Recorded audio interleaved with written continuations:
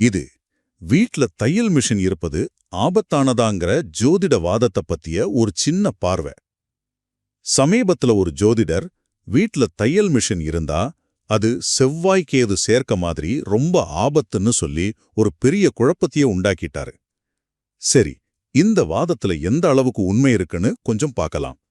முதலாவதா, ஏன் தையல் மிஷினை மட்டும் குறிவைக்கணும்? நீங்களே யோசிச்சு பாருங்க. இதே லாஜிக் படி பார்த்தா நம்ம வீட்ல இருக்கிற சூடான அயன் பாக்ஸ், கூர்மையான நெயில் கட்டர், ஏன் நமக்கே ஆபரேஷன் பண்ணி தையல் போட்ட தழும்பு இருந்தா அது கூட செவ்வாய்க்கு அதுதானே? இது எல்லாத்தையும் விட்டுட்டு தையல் மிஷினை மட்டும் குறை சொல்றதுல என்ன நியாயம் இருக்கு? இரண்டாவதா, இதனால வர்றதா சொல்ற பிரச்சனைகளுக்கு பின்னாடி ஜோதிடம் இல்ல, நிஜமான நடைமுறை காரணங்கள் தான் இருக்கு. உண்மையில கணவரோட வருமானம் பத்தாததால தான் பல பெண்கள் ஒரு கூடுதல் வருமானத்துக்காக தையல் மிஷினை நம்பியிருக்காங்க. அப்போ இங்க மிஷின் ஒரு பிரச்சனை இல்ல, அது ஒரு தீர்வு இல்லையா? கடன், வயிற்று வலி மாதிரியான பிரச்சனைகள்லாம் மிஷினால வர்றதில்ல.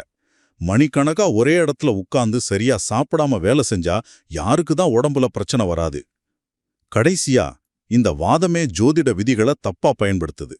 பிருகு நந்தினாடி மாதிரி பழமையான நூல்களெல்லாம் நம்ம ஜாதகத்தில் இருக்கிற கிரகங்களை பத்தி தான் பேசுதே தவிர வீட்டு உபயோக பொருட்களை பத்தி இல்ல. ஒரு பொருள் கெட்டதை பண்ணோம்னா நல்லது பண்றதுக்கு ஒரு பொருள் இருக்கணும் இல்லையா?